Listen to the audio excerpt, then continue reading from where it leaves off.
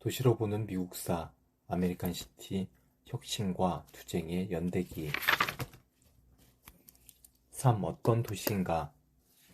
이 책에서 중심적으로 다루는 필라델피아, 시카고, 로스앤젤레스, 애틀랜타, 세인트루이스, 엘커트레즈, 워싱턴 DC, 뉴욕은 도시를 형성한 시기나 최고로 발전했던 시기 등이 조금씩 다르다. 따라서 이들 도시가 형성되고 발전했던 각기 다른 시기에 각기 다른 특성이 그 각각의 도시에 새겨졌다.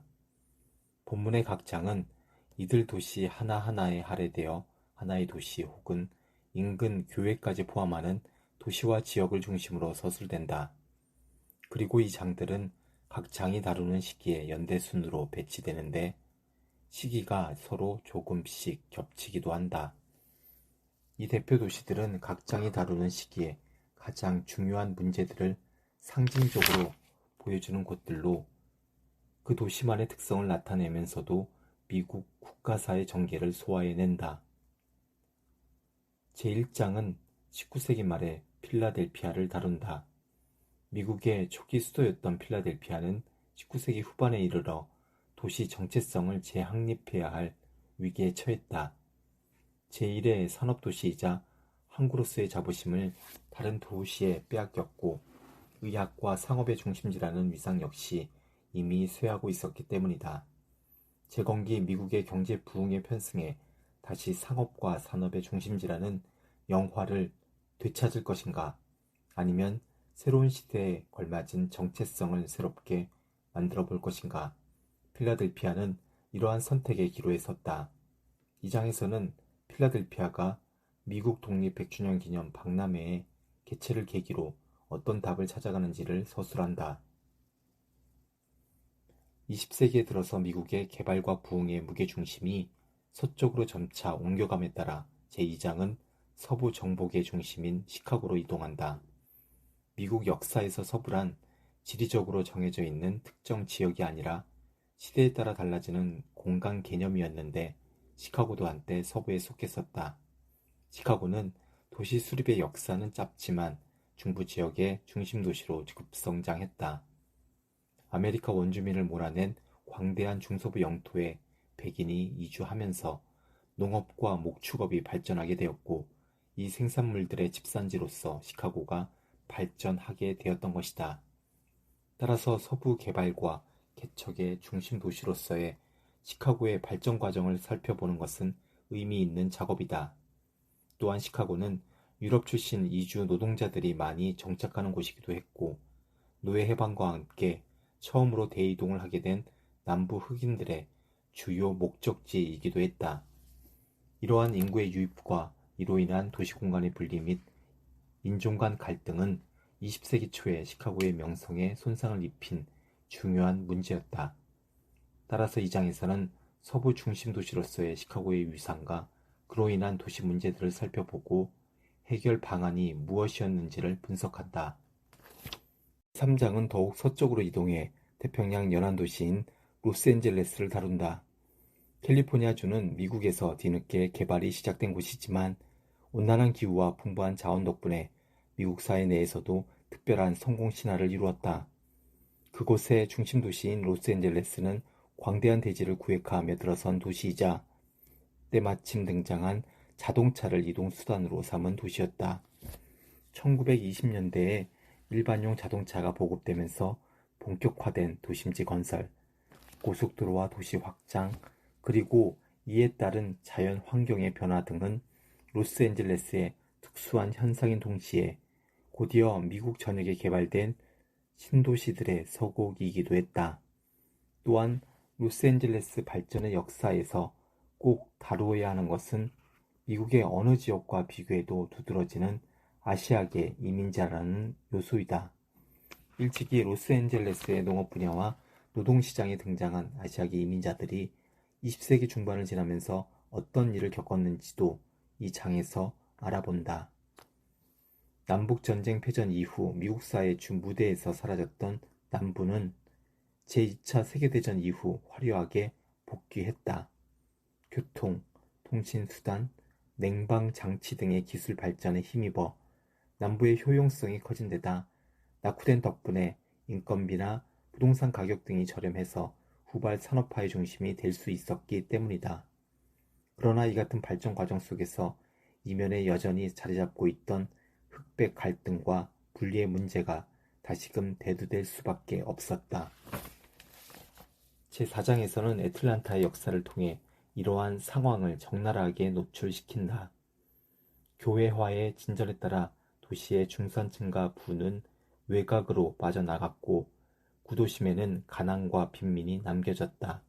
이 장에서는 이와 같은 1950년대 남부의 부흥과 애틀란타의 변화가 현대의 전 미국 사회에 어떠한 특성과 연관되어 있는지 살펴본다.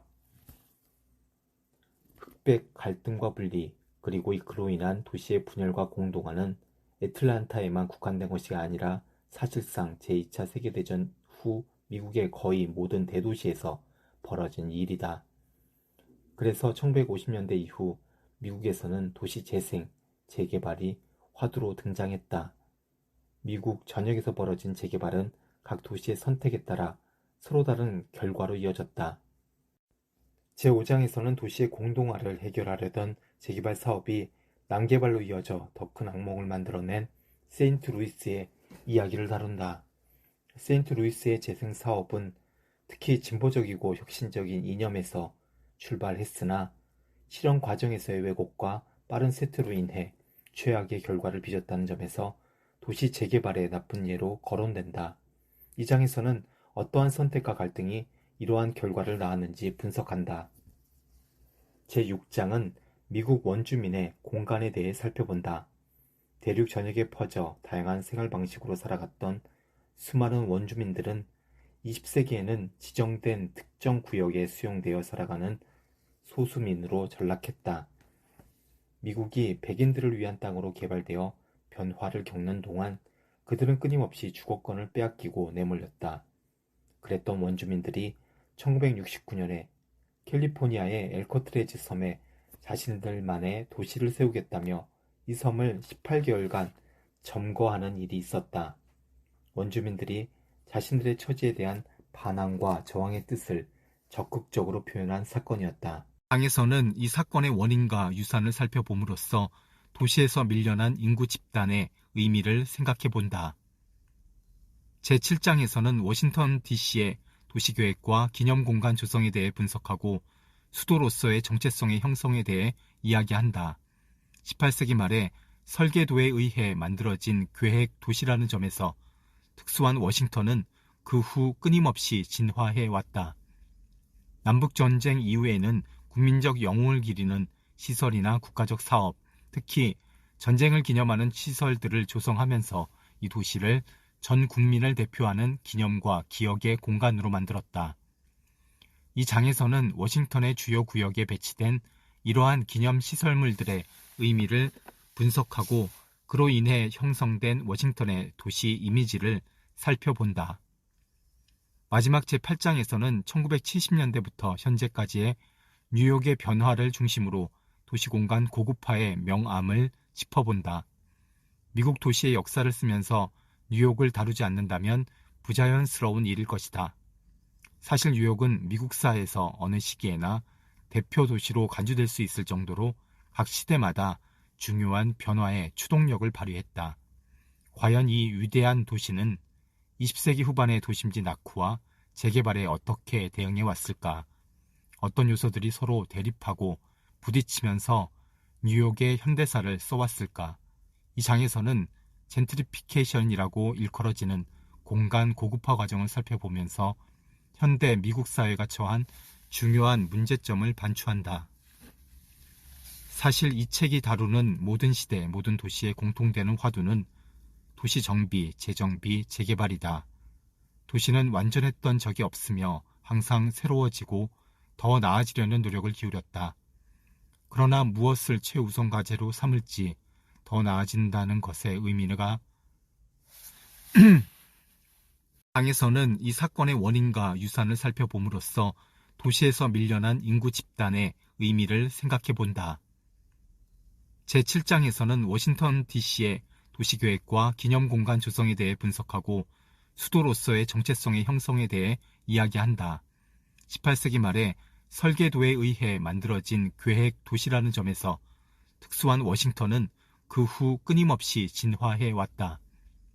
남북전쟁 이후에는 국민적 영웅을 기리는 시설이나 국가적 사업, 특히 전쟁을 기념하는 시설들을 조성하면서 이 도시를 전 국민을 대표하는 기념과 기억의 공간으로 만들었다. 이 장에서는 워싱턴의 주요 구역에 배치된 이러한 기념 시설물들의 의미를 분석하고 그로 인해 형성된 워싱턴의 도시 이미지를 살펴본다.